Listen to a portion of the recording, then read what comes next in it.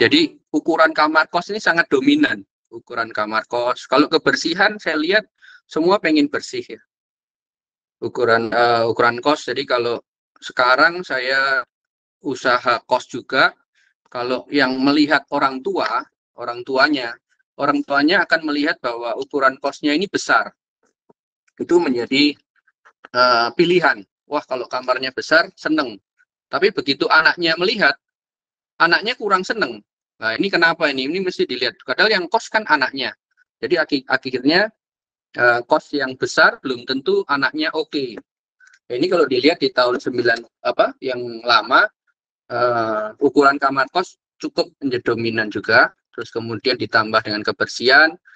Kalau bebas masalah nih semua kos ya, dari zaman ke zaman memang harus tidak, air harus kenceng, terus kemudian pipa airnya nggak bocor, kemudian AC harus dingin, terus parkiran mencukupin, itu dulu juga menjadi concern. Dapur, gudang, ruang terbuka hijau, dan komunal. Komunal ini karena zaman dulu mungkin sebelum pandemi sering kali anak kos itu kumpul gitaran, terus kemudian juga nonton film bareng, nonton bola bareng gitu kan. Zaman sekarang bisa dilihat yang sebelah kanan, anak kos yang masuk ke kamar itu ya udah dia nonton YouTube atau nonton TikTok di seragam mobil, jadi dia kurang sosialisasi. Jadi sehingga kamar bersih tetap, lokasi oke. Signal wifi-nya ini harus kenceng, itu yang menjadi syarat ya. Kadang dia nggak peduli apapun, jadi langsung connect ke wifi.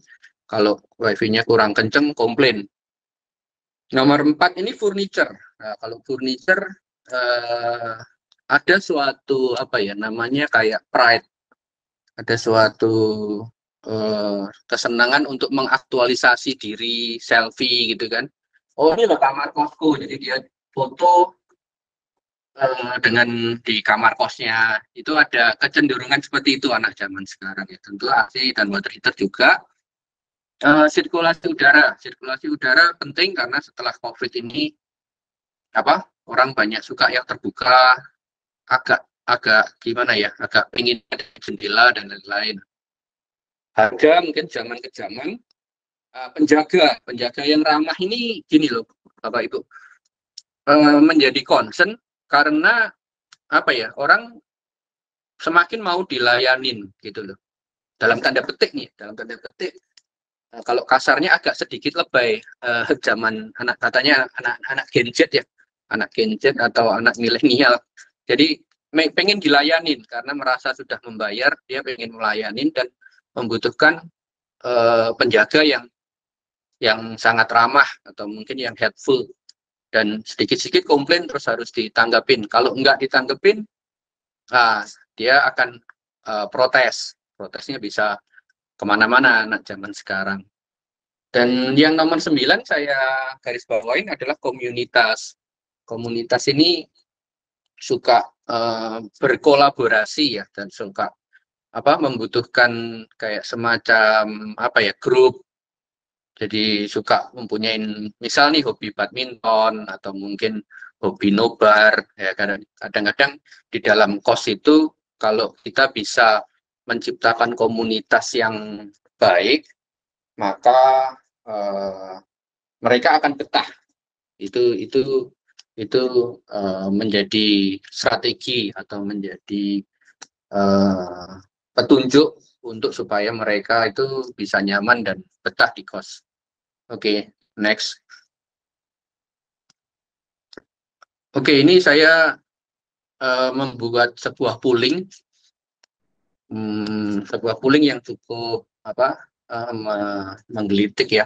Apakah interior desain kamar kos ini berpengaruh terhadap okupansi? Ini terutama kepada Bapak Ibu yang punya kos. Ternyata kalau kita lihat semuanya setuju. Ya, semuanya ada 13, semua nggak ada yang menyatakan tidak. Jadi okupansi itu desain kamar kos kita itu berpengaruh terhadap okupansi kamar itu sendiri. Oke, next. Ini contoh dari sebuah kos kita. Jadi pertama kali kita masuk untuk bagaimana supaya kos ini ramai, kebetulan tim kita dipanggil, kita melihat kamar yang sebelah kiri. Yang sebelah kiri ini sebelum ini masih setelah pandemi ini, awal-awal pandemi. Kita melihat ini kamarnya ada 39 dan modelnya seperti ini. Kok nggak laku-laku? Nah, kemudian kita lakukan makeover seperti yang sebelah kanan ini. Sebenarnya apakah ini mahal ya? Saya tidak menganjurkan kos itu mahal atau mewah seperti bintang 5, enggak. Cukup dengan dekorasi yang sangat sederhana dan boleh dibilang tidak mewah ya. Kalau kita cuman dekor seperti ini, headboard, terus kemudian ada ambalan sedikit, bersih, dikasih spray yang agak apa,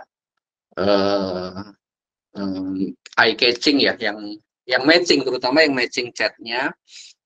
Orang begitu lihat buka kamar kos, misal tanya ke penjaga atau ke bapak ibu sekalian, saya mau kos, begitu buka dia langsung jatuh cinta. Apalagi kalau pas buka AC-nya dihidupin. Ya kalau udah dingin, terus lihat dekorasinya bagus, ya mungkin 80% dia akan jadi untuk kos. Oke, next. Contoh berikutnya, ini ada di salah satu kos juga. Sama, ini kalau nggak salah ada 29 kamar. Ini sebelum makeover seperti yang kiri. Sebenarnya itu standar ya, kayak apa, lemari, semua secara fungsional ada. Tetapi kenapa kok sepi? Setelah kita kita kasih variasi cat. Kasih variasi cat, ada warna biru, dan kemudian dikasih seperti ini. Dan kita bisa jual di dalam iklan kita, maka seperti yang tadi, orang lebih mudah untuk tertarik. Oke, next ya. Ini real ya, saya bukan iklan. Memang dibantu, pasti bantuan Mamikos juga. Tapi kalau orang sudah masuk ke Mamikos dan dia mau sign in, tapi kalau melihat kamarnya agak apa ya, agak kuno gitu, juga kurang sreg gitu. Jadi baik yang diiklankan di Mamikos juga begitu. Kalau yang iklannya Mamikos yang di foto-foto itu terlalu plain atau terlalu apa ya bahasanya, terlalu kuno, terus apa adanya, dibanding dengan foto yang sebelah kanan, pasti orang banyak akan nge-like-nya atau mungkin chance more untuk deal-nya yang di sebelah kanan. Ini real sekali. Jadi satu kos hanya 10-20%. Ini ada 39 kamar. Dan dengan harganya 1-1,2 juta. Setelah tim kita desain, okupansinya jadi meningkat. Sekarang 90%. Dengan harga jual yang lebih mahal juga. Jadi dengan menambahkan touching sedikit, maka akan bisa meningkatkan harga jual. Oke, next. Oke, ini contoh success story dari proyek kita. Bentuknya ruko ya. Coba dilihat dari video ini sebentar. Yang sebelah kanan ya. Jadi bisa diulangin lagi dari depan, Fitri.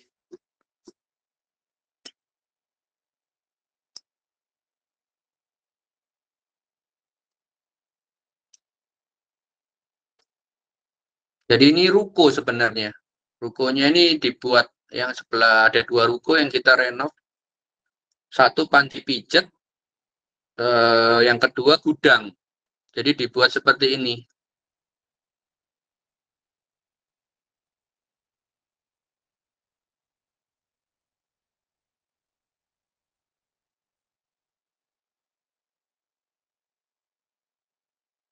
Ya.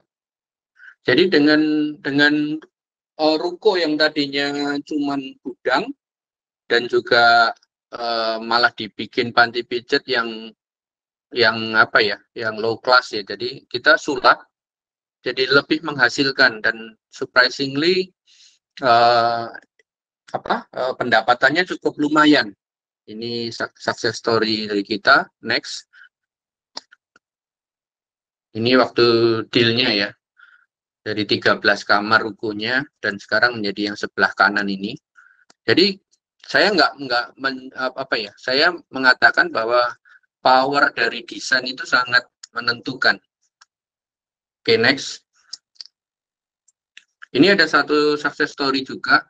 Jadi rumahnya seperti ini nih, apa adanya. Jadi kayak gelap, terus kemudian apa? Seperti apa ya? Singop ya, kayak horor gitu. Dan memang apa ya? Tidak pernah cukup kosong cukup lama. Jadi udah 5 tahun kosong. Dan kemudian kita renov. Akhirnya kita renov. Next-nya. Next. Ya, ini ada ownernya juga, itu foto ownernya. Ya, kita sulap menjadi kos yang cukup penuh ya. Dan sangat ramai. Dan sehingga rumor tentang horor tadi sudah nggak ada lagi. Oke, next. Oke, sekarang kita mau lihat permasalahan. Sekarang permasalahan apa yang membuat nggak betah. Jadi saya balik. Saya cuman bingung ya. Saya nggak mau menerangkan dari sisi desain-desain interiornya karena saya bukan arsitek. Kedua, sangat subjektif. Jadi subjektif itu semua orang akan punya desain yang macam-macam gitu loh. Dan Bapak Ibu bisa dapatkan di Pinterest atau di internet itu sangat banyak. Tetapi hal prinsip itu yang nggak bisa kita apa ya, hiraukan. Yang satu seperti kayak lembab. Jadi dinding lembab itu membuat orang, jadi kalau orangnya kritis, dia nggak mau kalau lembab itu. Kedua, AC-nya nggak dingin. Nah, itu sangat penting. Kalau dikomplain terus nggak diperbaikin, lama-lama orangnya akan pindah, jadi nggak betah. Ketiga, wifi lelet, yaitu sering wifi lelet. Jadi kalau nggak zaman sekarang orang banyak tugas, banyak apa surfing, apalagi kalau kamarnya ada TV dan TV-nya bisa Netflix, bisa apa, itu wifi-nya sering nge-lag ya. Yang keempat, tikus. Jadi barusan ini apa ya? Ada anak kos terganggu karena atasnya itu kayak glodekan. Glodekan itu apa? Suara-suara yang di atas plafon. Nah, itu sangat mengganggu sebenarnya. Jadi dari yang keempat ini untuk tikus nanti saya coba sharing bagaimana untuk mengatasinya. Oke, sekarang next. Coba kita dengarkan ini video ini di bawah. Suaranya mungkin bisa diperbesar.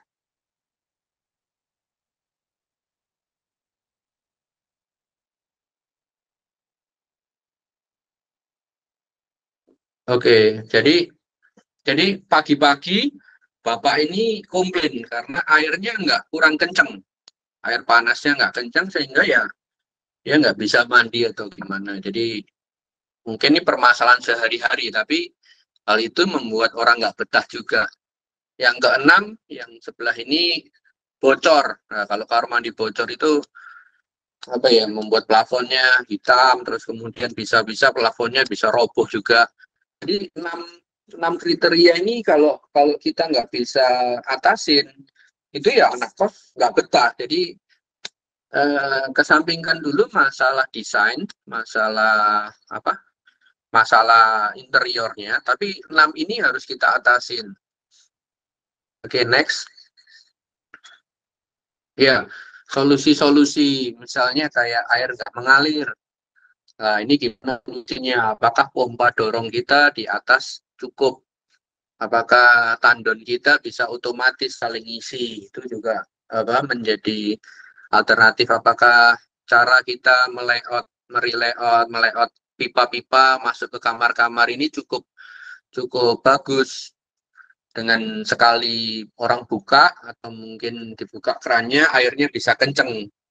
Jadi otomatis air yang di dalam tandon dorong ya. Jadi bukan hanya gravitasi aja. Terus pipa bocor. Nah, pipa bocor ini kalau saya suka membuat SAF.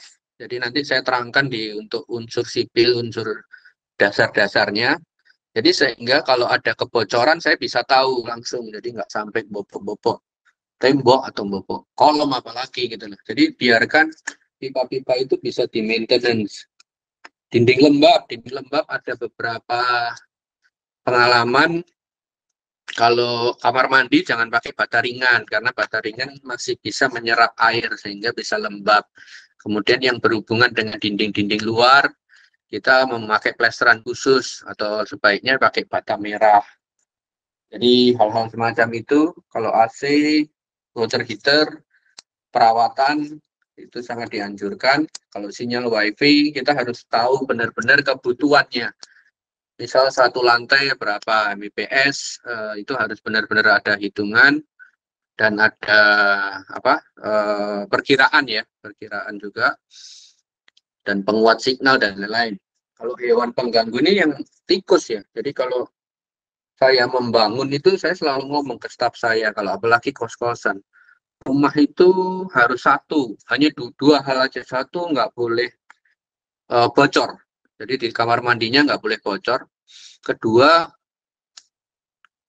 hewan terutama tikus jangan boleh masuk, jangan bisa masuk. Kalau jangan boleh masuk kan kita nggak tahu, kita nggak bisa tulisin dilarang masuk gitu kan, mereka nggak bisa baca juga. Cuman kalau saya lihat sering kali di atapnya itu kita kurang nutup. Jadi kalau bata ringannya terhadap rangka atapnya itu seringkali ada lubang dan disitulah banyak sekali binatang-binatang masuk untuk masalah tikus ini. Oke, next. Ini kita akan jabarkan lebih banyak lagi ya untuk masalah binatang, masalah rembes, masalah pipa bocor itu sebenarnya build up by experience dan pengetahuan. Kita bisa lihat di YouTube, bisa juga diskusi di grup. Mamikos sekarang sudah ada kayak grup itu sangat bagus sekali. Jadi saling mengisi dan kita bisa engage kontraktor yang pengalaman dalam hal kos. Kalau dari kontraktor rumah kadang masih belum terlalu detail untuk kos karena kos ini identik dengan banyaknya kamar, otomatis banyaknya stop kontak, banyaknya apalagi kamar mandi dalam ya, banyaknya pipa-pipa dan banyaknya hal-hal detail yang di dalam kamar kos itu sendiri. Oke, ini ada beberapa referensi yang kita sudah buat sebelumnya. Back dulu. Ya, jadi boleh terlalu kecil gambarnya, tapi cukup bisa memperlihatkan bagaimana desain. Sebenarnya desain ini nggak mahal. Saya kalau cost itu hubungannya dengan ROI ya, ROI Return on Investment atau BEP. Jadi kalau kita terlalu terlalu mendesain cost itu terlalu detail sehingga seperti bintang 5, nanti akhirnya kita kena di ROI, ROI-nya kecil atau BEP-nya lama. Nah, ini harus kalau kecuali memang bintang 5 memang cost butik atau apa.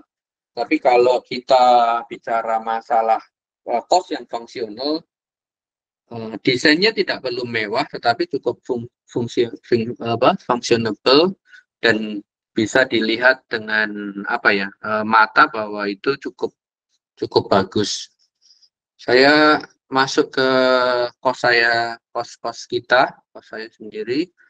Oke, ada kos yang sangat, coba kita lihat next-nya nih. Ya, ini kos saya sendiri kebetulan. Coba dilihat di videonya. Ini kosnya kecil. Nah, ini ranjangnya bisa saya lipat seperti ini. Ya. Fungsional, kamarnya kecil, pencahayaannya cukup, dan stop kontak ada di sebelah kasur. Itu jangan lupa. Zaman sekarang orang butuh ngecas, dia nggak mau ngecasnya jauh-jauh. Dan ada dapur, ruang terbuka, listrik tiap kamar. Dan ini kalau dilihat tengahnya kosong. Jadi tengahnya ini untuk pencahayaan dan udara.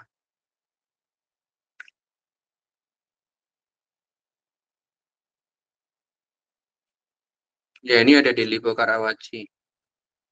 Oke, ada dua kos yang coba kita kita lihat desainnya ya. Kebetulan saya menemukan eh, tanah ini agak unik. Tanahnya coba dilihat tanahnya. Next. Ya, tanahnya modelnya seperti ini. Jadi kecil di depan, kemudian di belakangnya membesar. Jadi beberapa kita otak-atik kok susah. Akhirnya jadi saya split menjadi dua bangunan, yang kiri dan yang kanan. Kemudian yang tengah saya buka.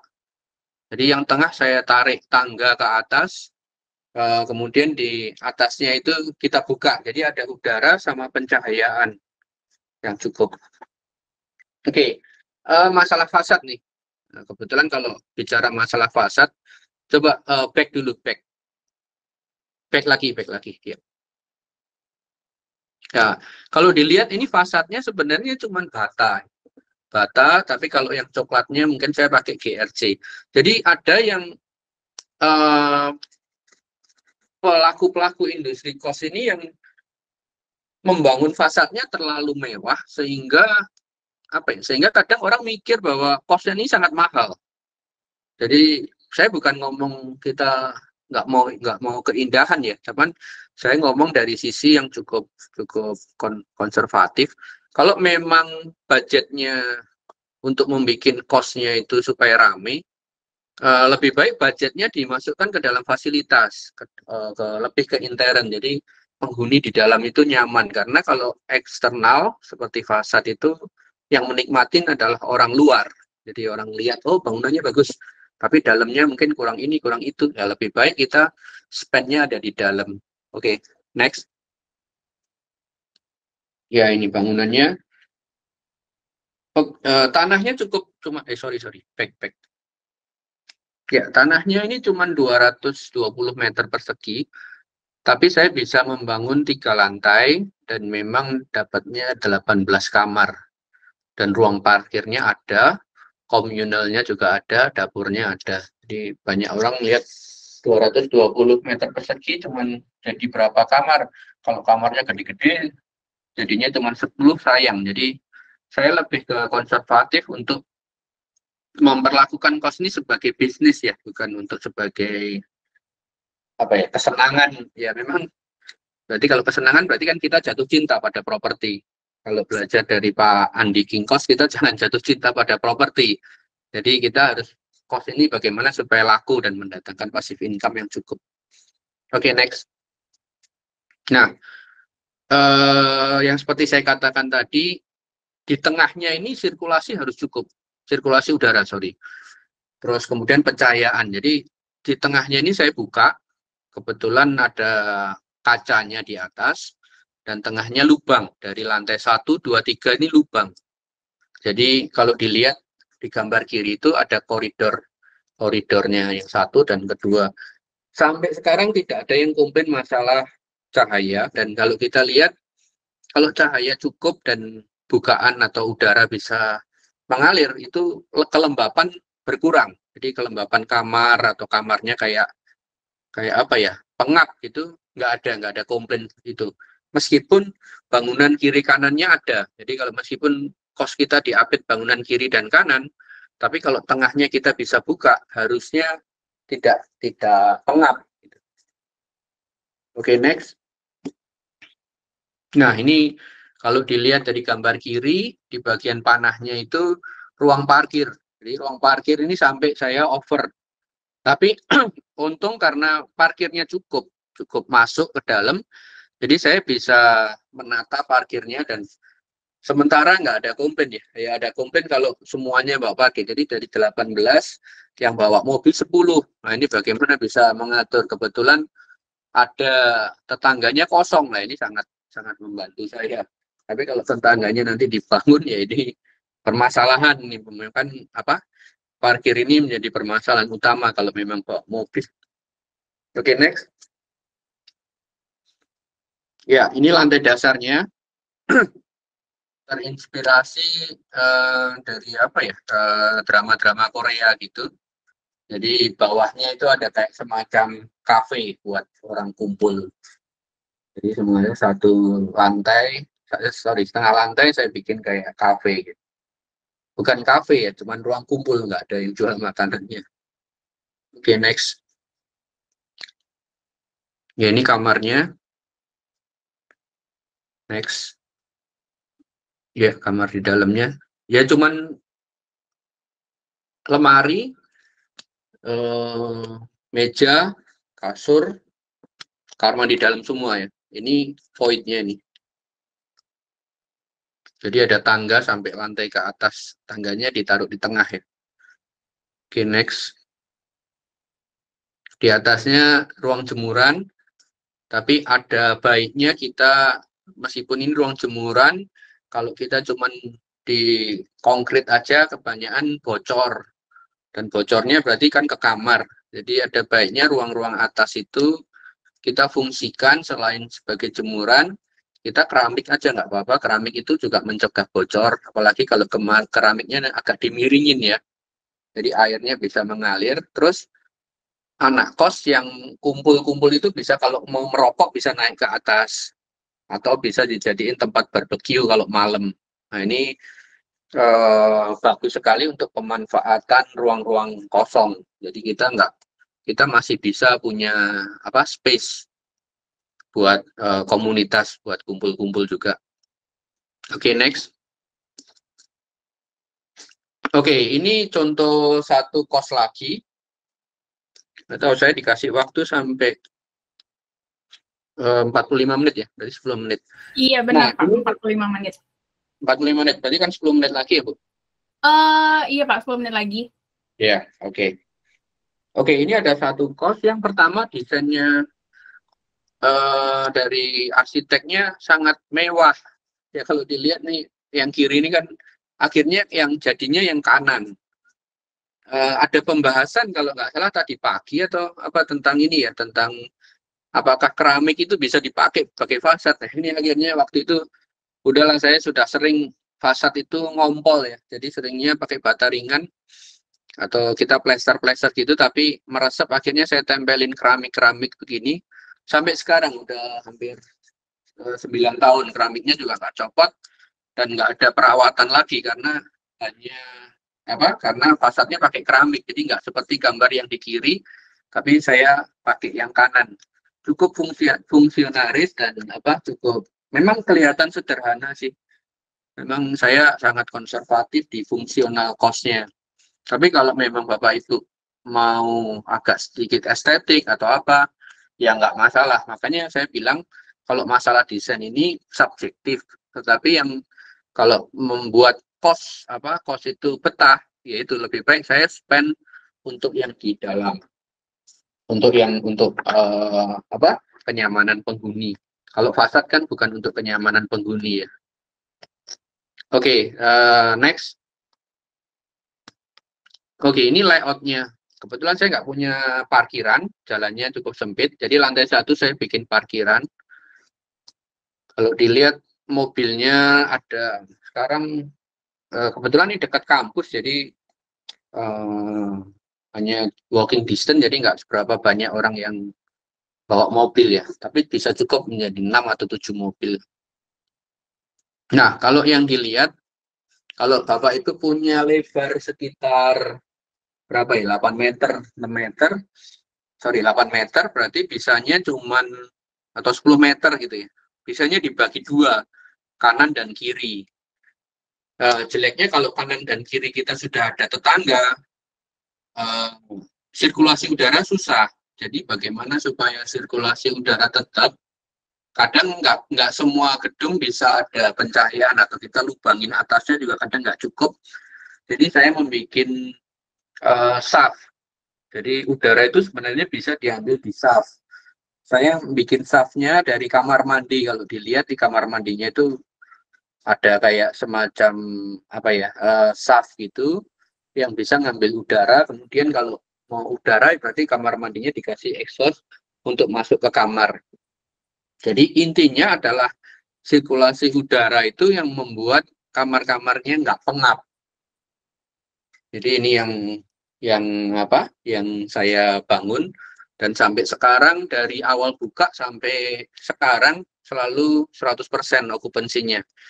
Jadi bulanan ya, dari pramugari Garuda sampai anak kos sampai macam-macam. Jadi bahkan masih ada waiting list. Termasuk yang kos yang pertama tadi, kos yang pertama itu dari pertama buka sampai juga selalu full. Jadi apakah desain itu penting? Jadi saya bilang desain itu penting. Desain itu nggak cuma desain interior atau desain dekorasi ya, tapi desain dari membangun pertama itu sudah desain. Jadi desain layout, kemudian mempercantik itu juga desain. Jadi hal semacam itu yang membuat akhirnya kos kita jadi penuh atau jadi apa? Jadi disukain, bahkan waiting list. Jadi ini dua kos kita yang kita bangun dari pengalaman-pengalaman yang ada, dan yang paling penting adalah bagaimana mengatasi 6 komplainan itu yang tadi itu yang saya bilang, dan bagaimana supaya free maintenance. Jadi jangan sampai punya kos yang dikit-dikit komplain, terus mau komplain pipa, komplain wifi, komplain apa septic tank macet atau penuh, terus bolak-balik nyedot. Nah, itu sangat mengganggu sekali. Oke, next. Sedikit sekali sekarang saya memakai saya banyak memakai permainan warna, dan kalau dilihat ini sebenarnya sangat simpel, hanya warna-warna aja. Seperti warnanya yang matching, sehingga terus pemakaian kayu ini kan murah-murah sebenarnya. Dan sebanyak mungkin kalau ada kesempatan untuk mempunyai sirkulasi, bikinlah jendela. Jadi jendela itu sangat membantu untuk pencahayaan maupun sirkulasi udara. Oke, next. Oke, kesimpulan. Jadi udah hampir selesai. Jadi desain interior ini merupakan daya tarik kuat, seperti halnya tadi ada survei survei ringan lah di grup aja. Daya tarik kuat buat hunian kos yang dapat memberikan kenyamanan bagi penghuni, walaupun tidak harus mahal. Jadi seperti yang saya katakan tadi, saya cukup konservatif. Saya bukan mau membangun hotel bintang 5 atau membangun istana buat saya. Jadi ini hanya kos, jadi saya nggak mau mahal-mahal. Tapi juga ada faktor lainnya, yaitu kayak faktor parkir, wifi, sirkulasi udara, dapur, kamar mandi yang bersih, dan lain-lainnya. Tapi intinya saya masih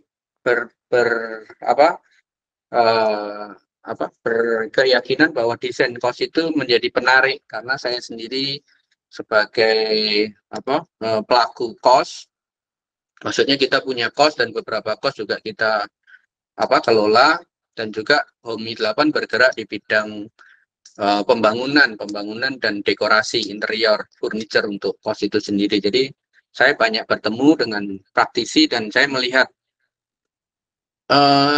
kisah suksesnya itu. Jadi menurut saya desain kos seperti yang Mami Kos juga